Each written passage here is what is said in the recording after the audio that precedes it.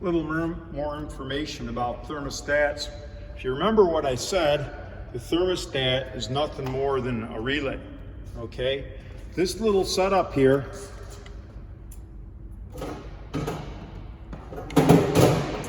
I have this wire, basically 24 volts coming out of the transformer, goes to the back of this unit, all right, and comes out. I'll leave that one on there for just a moment.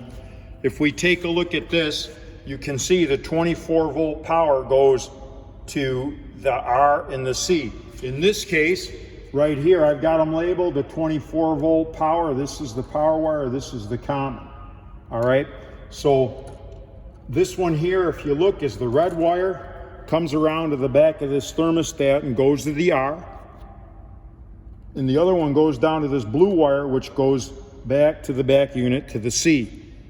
All right, so all the thermostat does is takes this power coming on this R terminal and puts it to some of these other ones, like the E, the aux, the one labeled Y, G, O, okay, or L. It puts power to those different terminals and other things happen. If you look over here, we can see I've got basically 4 relays, the same as we used in class before. Notice this is the coil side, all right? And each one of these has got power coming in 120 volts to light the light bulb. In this case, if I take and push this in, you'll notice the light bulb's light because I'm manually pushing in the relays, all right? But in this case, we want the thermostat to do that work based on if we need to heat, cool, run the compressor, run the indoor blower, fan, or whatever. So if you remember from our chart over here, we talked about what the different colors do, right? So if we wanted to make, in this case, the compressor and condenser fan run, right? So if we go back over to our little display board, kind of to watch, this light here is our compressor and condenser fan, all right? If we want that to run, all we've got to do is we're going to take this cover off just to prove a point, all right? So I've removed it and I've exposed the wires. If I go over to this unit and on the terminals here, I touch my little jumper wire here, touch the red, and I touch the Y, I'm expecting this light to come on. So let's try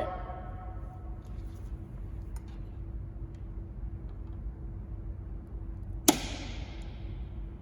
Oops, I'm sorry, I hit the wrong one. So that is on the Y.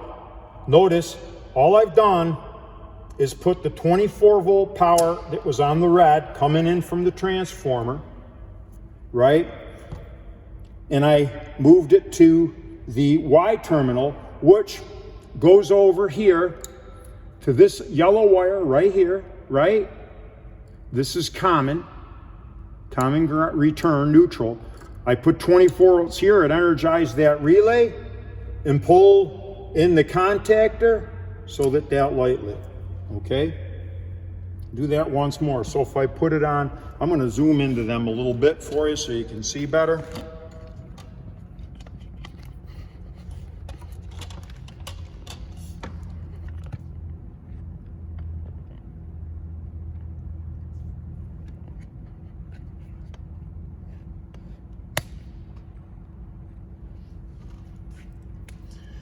So in that case, I'll try to work from the sides best I can, and you'll see exactly what I had done. And I'll kind of shuffle it a little bit. Maybe you can see the light come, but you'll definitely hear the relay pull in, okay? So I'm gonna put this lead on the red, put this one on the yellow, and you can see it gets bright and you hear the relay click, okay? If I wanted to run the indoor blower fan, that was the green wire, or in this case, it's hooked to the G terminal.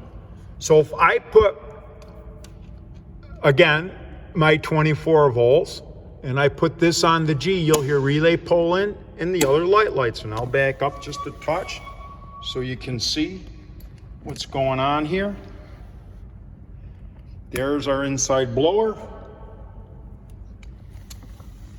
All right, so when I touch one side on the red,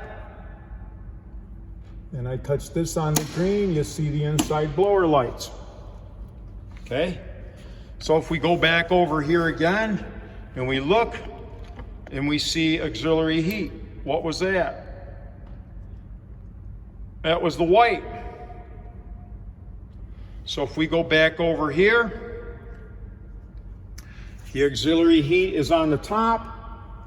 I take my wires, I'm going to jump her out the red to the, in this case, E terminal. So I put this one on the red, take this one, put it on E, the aux, and my aux heat comes on, the white wire. It's the second terminal in. So that's all this unit is doing, nothing else. Inside of it is nothing more than a circuit board, okay? That's all that's in these. So inside of here is a circuit board with some relays on it. And to make different parts of your system run, it is taking that 24 volts, putting power to these different other terminals, right? So when you plug it in the back, it's got these little prongs here. It's sitting in there. It's taking power from that red and putting power to different ones of these terminals, which are going to operate. In most cases, it's going to turn on a specific relay. Or in the case of units, you'll have actually one relay like this that would operate both of this and both your compressor and condenser fan. Sorry about that. Okay, you'd have another relay that would start your inside blower. And in the case of your reversing valve, won't be a relay. It'll actually be powered directly from the thermostat itself, so the relay would not be needed, okay? And just to make sure, we'll kind of take a look at a couple other things here real quick. Here's one of the units. Right here is the reversing valve, and as you can see, there's a solenoid, okay, and it has some wires going to it. The thermostat would put power on this and energize that, and in most cases, systems are set up so if it's energized, it would be in cooling mode. If it wasn't energized, it would be heat mode, all right? But that's how they work. In the case of an auxiliary heat setup, we have another relay right here, as we can see it. And it also has a wire going to its 24 volt coil side. That is how the thermostat would energize this. It would put 24 volts on that wire, energize the coil. It actually would be on the white here. Energize that wire. The blue one in this case is the neutral or return. Put 24 volts on this. That relay would pull in, and it would put power to the heat strips up on top, and it would run accordingly.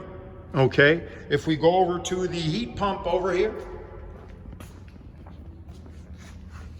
Okay. If we take a look at that, right here, we have the main contactor. Again, the two outer side terminals here is the 24 volt coil. So in this case, when it was calling for heat or cool, the compressor and condenser fan on top have to run. So what's happening is that thermostat is literally going to put power, remember the yellow wires, on the terminals of this coil, pulling that contactor, which would allow the compressor and the condenser fan to both operate. All right, so that's kind of how it works.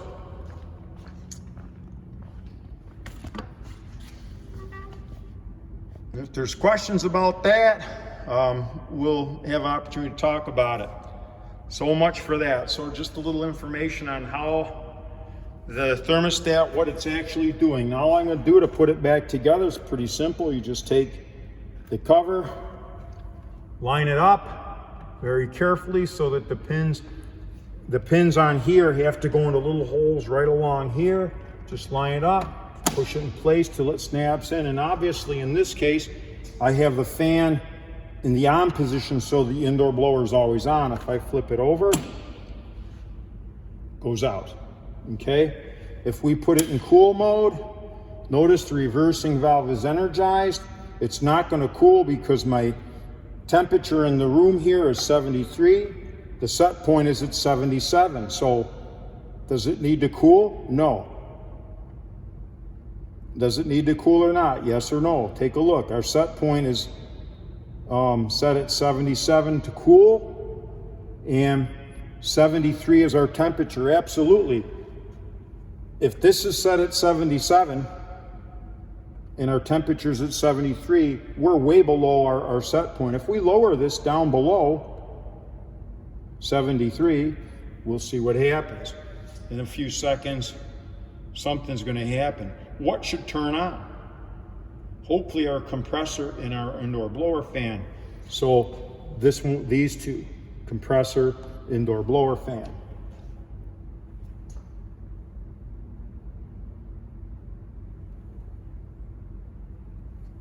If you hadn't noticed, I did something different.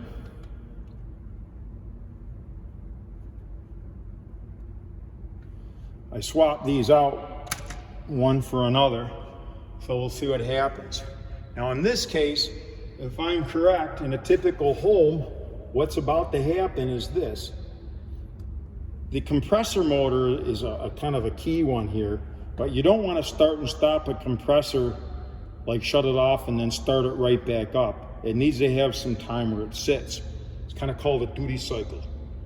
Typical compressors, it depends on the spec, but you don't want it to start 5 times an hour would be max, okay? And that's probably nowhere near typical case in someone's home.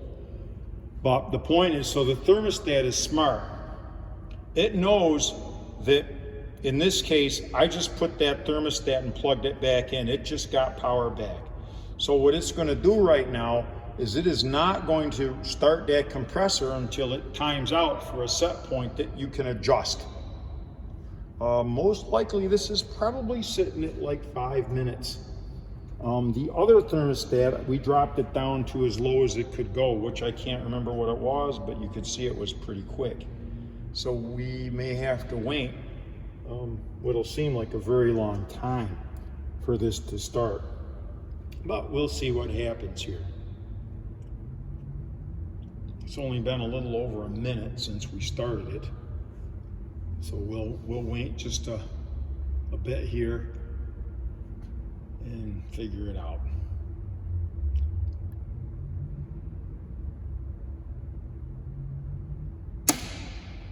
Okay, so it was probably set about 2 minutes. So as you see, there was a delay. So from the point where I said cool to the time where the condenser fan and inside blower started. That is built into the thermostat. It's a protection device, basically to make sure your compressor does not start too often. If I take the power away, this is like you had a power failure, right? And I put it back on, it's in cool mode, so the reversing light goes on, but notice, again, the compressor and indoor blower fan do not start immediately. So just be careful. If you turn the power off or you did a new install or whatever, and you hook the power up and nothing starts, it might be okay. But because the thermostat is going to do it a timeout. You can set it. I'll get some specs out and we'll look at that in another little video and some instruction. But just so you know, you can vary that. It could be anywhere from like, I don't know all the details, different units, different things. 1, 3, 5, 7 minutes. Usually 5 is the standard. So if we wait, it'll come back on. Again, like I said, it was just about 2 minutes. Then you'll see the compressor and inside blower fan lights go on again. So that was only because I turned off the power to it. So if you turn it off to service it, or the power gets turned off because of some kind of power failure to the home, this is what you're going to end up having. So if you work on a unit and you power it back up, it's calling for cooling and nothing happens, this is why. Now remember, okay, there's always power coming to the wires on this side of my contactor. This side won't get power until the contactor pulls in and allows, you know, the power to travel from, in the case, this screw to that one. All right, so again, it's getting close there, less than 30 seconds. And it'll come back on. So just a little thought on the general operation of the thermostat.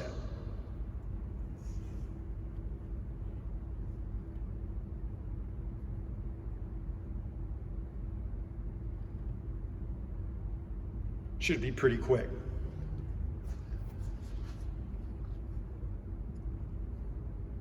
I think this is a key factor to think about, because if you're actually working on something and this was set to 5 minutes, unless you changed it, 5 minutes seems like a very long time.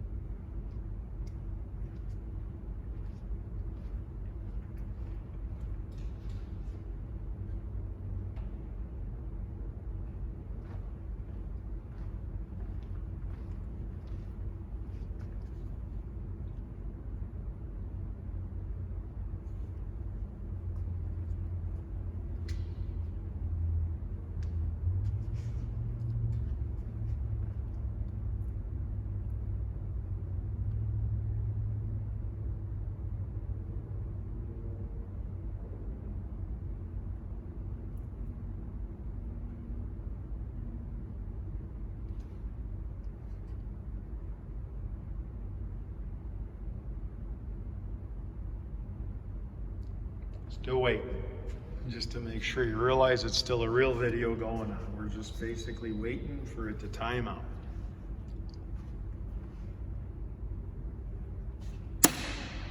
There you go. So just be aware of that situation. Now if we take the set point, and in this case, since we can't actually cool the air in here down to make this thermostat go down to 69, we're going to take the set point, we're going to raise it up, we're going to put it back to, in this case, 75. You'll see what happens. It's going to say, hey, I don't need cooling anymore, shuts the compressor, your inside blower fan in your home off, and it just sits and waits. So if the temperature raised up above 75, got to 76, boom, it'd start the process again, compressor would turn on, blower fan start, and we'll cool it off accordingly. So there you go. Hope this helps.